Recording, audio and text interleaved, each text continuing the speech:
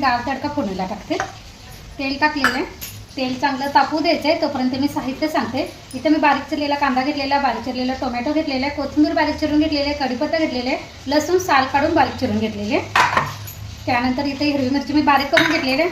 आलं लसणाची पेस्ट आहे. फोडणीसाठी जिरा धना वगैरे मी तुम्हाला टाकताना दिसेलच.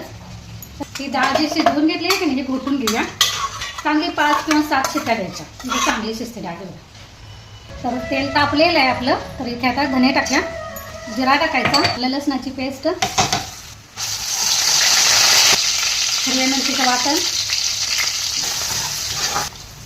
हळद, कांदा आणि टोमॅटो बारीक करून ठेवलेलं आहे तो टाकून.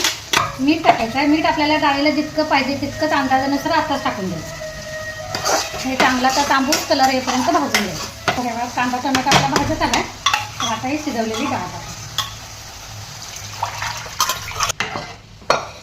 आता झाकण ठेवूया आणि एक चांगली उकळी देऊया. उकळी आला आहे. किल्ल्यांचा डबाच मला सापडायला नाही. किल्ल्यांचा डबा सापडायला नाही.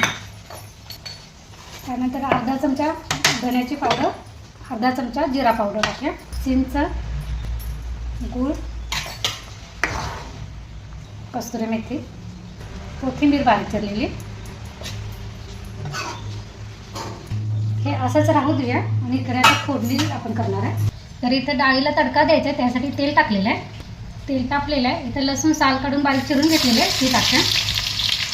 कढीपत्ता टाकूया, हिंग टाकूया. तर लाल तिखट टाकायचं आहे. गॅस बंद करते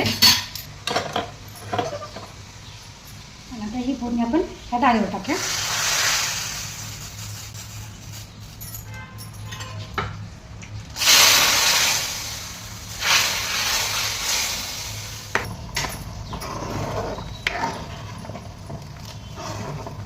मस्तपैकी आपला डाळ तडका तयार झालेला आहे.